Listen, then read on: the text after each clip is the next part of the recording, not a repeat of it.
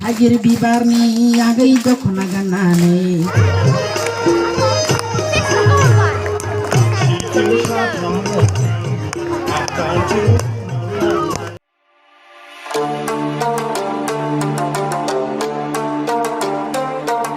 फरायसालिनि बिगोमा सारखौ बेखेवथिना होनो थाखाय आङो गुरै खावलायनाय जाबाय। 2022 मायथाइनि दिनै जोबथा सान आरो दुलाराय बुहुमानो मैया दाखालिनिफ्रायनो क्रिसमास हाजेननायनिफ्राय जागाय बिदि जानानै बिसोर फरायगोन, मोसागोन, गिफ्ट होलायगोन। दा बेबायदिनो टाउन सहरनि मानसि बायदिनो जोंबो गामिनि मानसिफ्राबो लोगो लेवा ज' जानानै जों 12थासिम हरसिम थानानै गोदान बोसोरखौ बरायगोन। समायखिरा लायोदि 2023 मायथाइनिफ्राय आं सासे मोजां गथ' जागोन। आं समायखिरा लायोदि 2023 मायथाइयाव आरो आं बांसिन फरायगोन। आं समायखिरा लायोदि 2023 मायथाइयाव आं गिदिर गोलावनो मान होगोन, बिमा बिफाखौ खुलुमगोन, गिदिर गोलावनि बाथ्रा मानिगोन आरो उन्दैफोरनो आं अननाय होगोन। आं समायखिरा लायोदि आङो जोंनि बर'लेण्डनि लोगोसे आसाम आरो भारतनि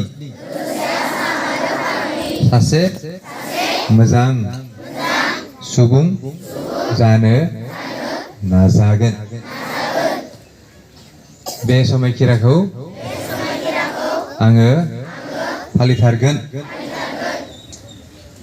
थेंक इउ। फरायसालिनिया गासिबो आयदायावनो जोङो बान्था मोननो हादोंमोन आरो बेखौ आङो गोग्गानाय लानो हायो। खौबो बुरजा मोननो हादों।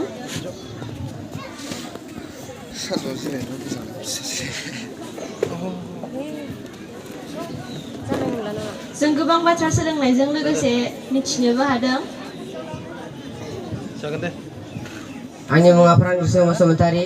आं थाखो 9आव फरायो। आं बे दिनैनि 2022 मायथाइनि जोबथा सान बे खुंफुंथायाव आंखौ बुंनाय लेखा आं 2022 मायथाइयाव खुंफुंनाय जि बाक्सा जिल्लानि टेलेन्ट सार्च, बे टेलेन्ट सार्चआव आं मोजाङैनो फरायनानै सेथि मासिखौ आवग्रिनो हादोंमोन। बे सेथि मासिखौ आवग्रिनायाव आंखौ फोरोंगिरिफोराबो गोबां हेफाजाब होदोंमोन आरो फैगौआवबो आं बिदिनो लाखिनो नाजागोन।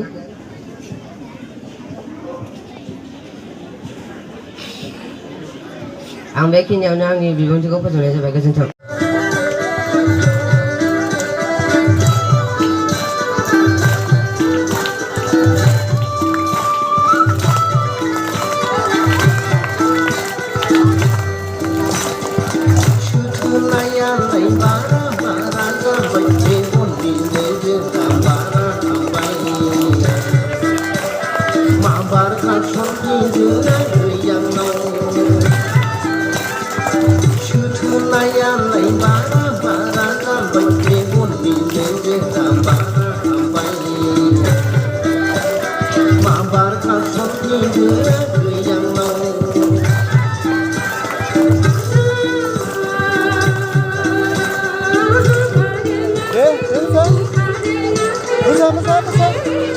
नांलायला दे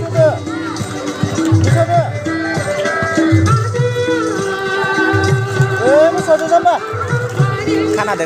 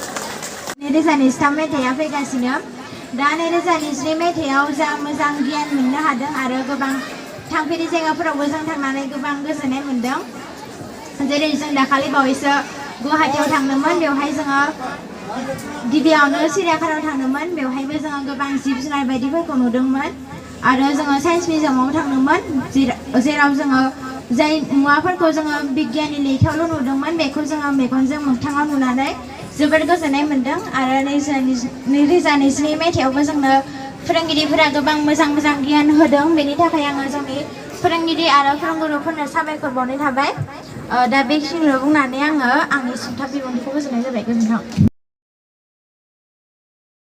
बिबारनि आगै दख'ना गाननानै फारौ मेगननि आगै फालि लानानै थाइगिर बिबारनि आगै दख'ना गाननानै फारौ मेगननि आगै फालि लानानै बोजों थांनानै अनसुलि अनसुलि गोसो फागोलि बोजों थांनानै अनसुलि अनसुलि गोसो फागोलि लाजिया फांजिया एदाव गोरान बर' सेंग्रा लाजिया फांजिया एदाव गोरान बर' सेंग्रा नोमाखौ दायेदाव लामा दथायाव नोमाखौ दायेदाव सान्दुं गोसायाव लाजिया फांजिया एदाव गोरान बर' सेंग्रा लाजिया फांजिया एदाव गोरान बर' सेंग्रा नोमाखौ दायेदाव सान्दुं गोसायाव नोमाखौ दायेदाव लामा दथायाव बरमा सारियालि नोंसानो फाया गय बेफारि नोंसानो माया फाथो बेफारि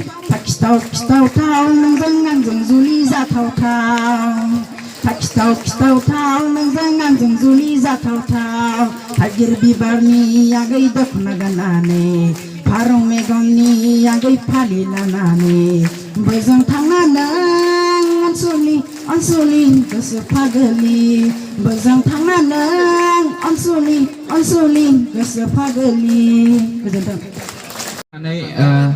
नुबोनाय जिब जुनार बेनि थासारि बेफोरनि सोमोन्दै एसे बेखेवना बुंनो सानदों जों गुवाहाटीयाव थांनायाव गोबां मिथिंगायारि नुथायफोर जिब जुनार बिफां लाइफां आरि नुदों गिबियाव बयाव हाबदोंमोन बे गुवाहाटी खैजा गोबां बिबांनि कलकारखानाफोर दंमोन आरो बेयाव गोबां इटा फेक्टरि बेनिफ्राय सिमेन्ट फेक्टरि बायदि दंमोन आरो बेयाव गोबां गारि मटरनि होंगो दोंगो जायो मायाव हाबदोंमोन जुनि सोमोन्दै बुं बेनिफ्राय जोङो जुआवबो हाबदोंमोन जेराव जों गोबां जिब जुनार नुदोंमोन बेफोर जिब जुनारफोरानो जाबाय जिराफ मोख्रा मोसा ओमफ्राय बेंगल टाइगार ओमफ्राय मोसा गुफुर होनदोंमोन नामखौथ' मिथिया मा होनो मोसा गुफुरखौ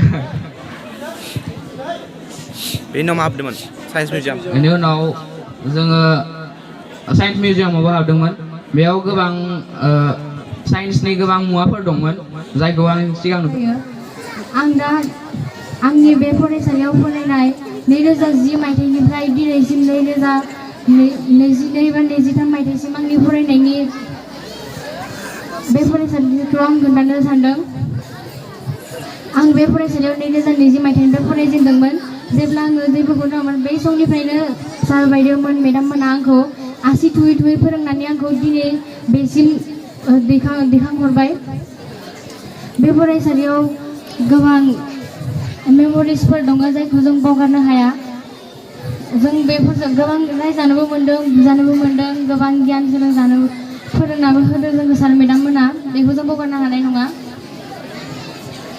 आं दिनै थाखो जियाव बेखिनि हाबफैनाया आं थाखो गुआव जेब्ला मार्कखौ मोनदोंमोन बे समाव आं गोसोखौ जोबोद दुखु मोनदोंमोन जेब्ला मेडामा गासैखौबो रायदो बुदो आंखौ बे समाव मेडामा मोनसेल' बाथ्रा बुंदों नों सोलायगोन ना सोलाया बिनिफ्राय आंखौ जेबो बुङाखै बेखालि आं जोबोद दुखु मोनदोंमोन आरो आंनि आइयाबो गाबदो आंबो गाबदो बे समनिफ्राय आं सानदोंमोन आंनि आइनि दुखुखौ आङो बेबायदि नायनो हाया आं बिमाखौ बेनिफ्राय आङो सानदोंमोन बे समनिफ्राय आं सोलायगोन आरो मेडामनिफ्राय आं बाख्नायजानो अराय नाजागोन बे समनिफ्राय थाखो जियाव आं एसे जौगानो हादों आङो बे फरायसालिनि गियान होनाय बोसोन होनायफोरखौ लानानै आंनि जिउआव इयुनाव आं सासे गेदेर सुबुं जाहैनो नाजागोन जोङो बे फरायसालिनिफ्राय थांगोनब्लाबो जानगार जागोनब्लाबो बे फरायसालिजों जोङो अरायबो सोमोन्दो लाखिगोन बे माब्लाबा माब्लाबा बे फरायसालियाव जोङो नोंथांमोनजों लोगो हमनो अरायबो फैबाय थागोन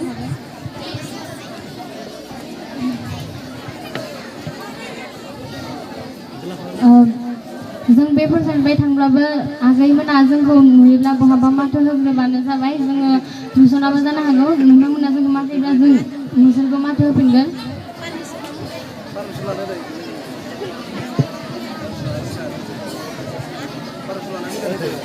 बे फरायसालियाव फरायनानै आं निजेखौनो गोग्गानाय मोनो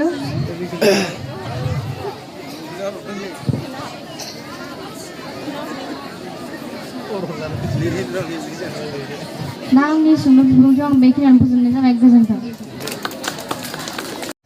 जागायबाय हवा के झोंके आज मौसमों से रूठ गए गुलों के शोके आज भंवरे आखिर उठ गए बदल रही है आज जिंदगी के हाल जरा इसी बहाने क्यों ना मैं भी दिल का ताल जरा सवार लूं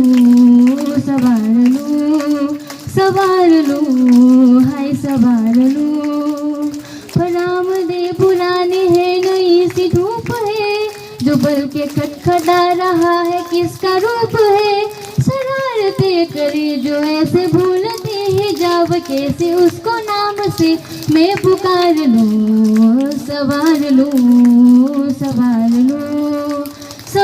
लूं हाय सवार लूं हवा के झोंके आज मौसमों से रूठ गए गुलों के शोके आज भंवरे आखिर उठ गए बदल रही है आज जिंदगी के चाल जरा इसी बहाने क्यों ना मैं भी दिल का हाल जरा सवार लूं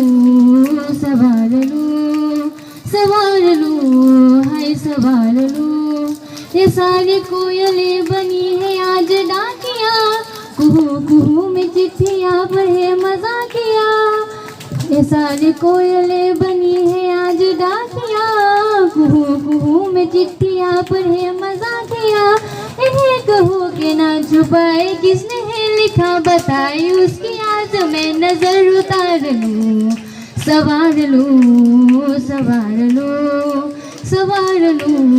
हाय सवार लूं गोजोन्थों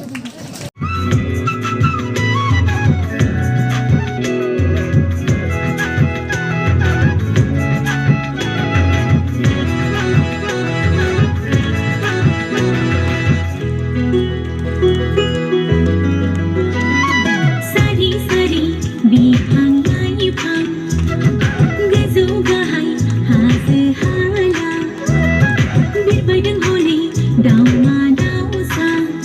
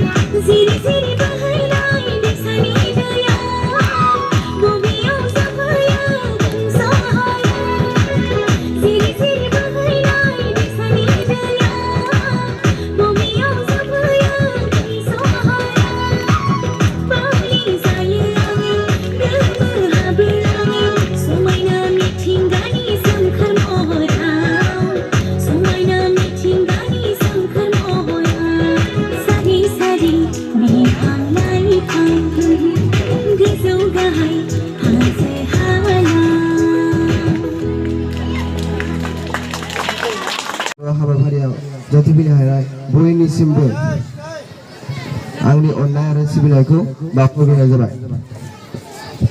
आं दा बे फरायसालियाव फरायनानै मोननाय जा एक्सपिरियेन्सखौ नोंथांमोननि सिगाङाव बुंथिनो सानदों। आं बे फरायसालियाव गिबियै फैदोंमोन थाखो 2आव। जेब्ला आं फरायसालियाव बेयाव फैजेनदोंमोन अब्ला आं गोदान फरायसाफोर लोगो मोनदोंमोन बेवहाय आरो बिसोरजों आं खारफानो गोब्राब मोनदोंमोन। थामहिनबा आं एसेबां रोंगौथि गोनां नङामोन। बेनि उनाव समजों लोगोसे आं बिसोरजों गोरोबफानो हाबोदोंमोन। बे फरायसालियाव फैनानै आङो गोबां एक्सपिरियेन्स मोनबोबाय। जेरैहाय गोबां फरायसालिफोरानो बेरायनो लाङा आरो बेजों लोगोसेबो जा प्रेक्टिकेल खालामनो लाङो जोंनि फरायसालिया बेबायदिबो गोबां फरायसालिखौ लांनाय नुनो मोना। जों जेब्ला प्रेक्टिकेलाव थांदोंमोन मानास नेसनेल पार्कआव जों दाबनै जायगायाव थांदों। मोनसे मानास नेसनेल पार्कनिनो बियो ओमफ्राय गुबुन जायगा आरो जेब्ला जों बेयाव थांदोंमोन अब्ला बेवहाय जोङो जा बिफां लाइफांफोर आरो बेजों लोगोसे जिब जुनारफोर बेखौ जों नुनो मोनदोंमोन। जा जोंनि न' सेराव थानाय बा जोंनि गामि ओनसोलाव थानाय बिफां लाइफांफोर बेनिख्रुइ हाग्रा ओनसोलाव थानाय जा बिफां लाइफांफोर बेयो जोबोर आलादा जायो। बेजों लोगोसेनो मानास नेसनेल पार्कआव जेब्ला जों बेरायहैदोंमोन अब्ला आङो गुबुनारि जा सुबुं फरेनार जायखौ जों बुङो बेजों आङो फंसेबा फंनै रायदावनो खाबु मोनदों। बिसोरनि जा रायलायनाय आव फाव बेयो एक्सट्रिमलि डिफारेन्ट जायो। जोंनि जा सुबुंफोर लकेल मानसिफोरा जा इंलिस बाहायो बेनिख्रुइ बिसोरनिया जोबोरैनो माने डिफारेन्स जायो बिसोरनिया। जों जायखौहाय नर्मेल सुबुंफोरा बुजिनो गोब्राब मोनो। आं बेखौ फार्स्ट टाइम बेयावसो मिथिदों जे बिसोरनि जा रायलायनाय आव फाव बेखौ जोङो जा नर्मेल सुबुंफोर थाबनो हमनो हाया माने एसे गोब्राब मोनो। बे फरायसालियाव फरायनानै आङो गोबां कम्पिटिसनफोराव बाहागो लादों। बेबायदि कम्पिटिसनाव आं बाहागो लानानै आंनि जा बेबायदि स्पिच बुंफैनाय आंहा बेवहाय एसेबां गिनाय फैला। एसेबां बाथ्रा ओंखाराब्लाबो आंना जायगायाव फैनानै बाथ्रा बुंनो गिनाय बेयो गैला जोब्बाय आरो आङो फंबा फंनैबाबो बुंनो हानाय जा एबिलिटि बे फैबाय। बे फरायसालिखौ जोङो जिहेतु बेयो जोंनि जोबथा क्लास जाहैबाय थाखो 10 बेनि उनावहाय जोङो गुबुन कलेजावसो जों आगान हैसिगोन आरो जों दा बे फरायसालियाव जों जेसेबां फोरोंगिरिफोर लोगो मोनदों बे फोरोंगिरिफोरखौ आंल' नङा जोंनि गासै लोगोफोरानो जेब्लायबो सनमान लाखिगोन मान होगोन। जेरावखि जाया जों लोगो मोना मानो बिसोरखौ बिथांमोनखौ जों जेब्लायबो मान होगोन सनमान लाखिगोन। आंनि जिउनि थांखि जादों मेकानिकेल इन्जिनियार। बे आंनि जा थांखि बेयाव आं सहैनो जेब्लाबो नाजागोन आरो जोंनि समाजाव आं सोलायनायखौ लाबोगोन। बेखिनिखौ बुंनानै आं आंनि सुबुंफोरखौ फोजोबबाय। गोजोनथों।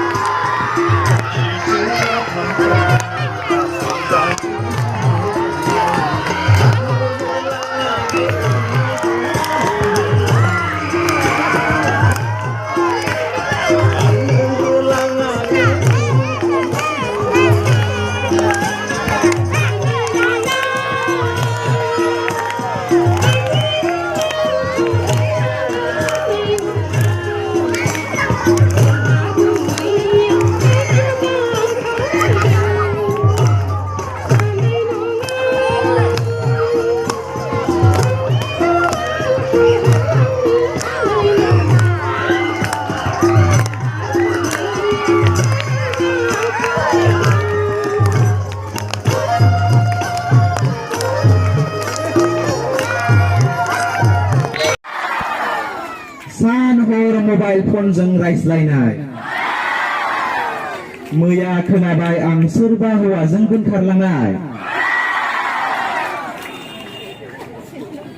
जौ लोंना सेंग्राफोरनि बाइक साब्रेनाय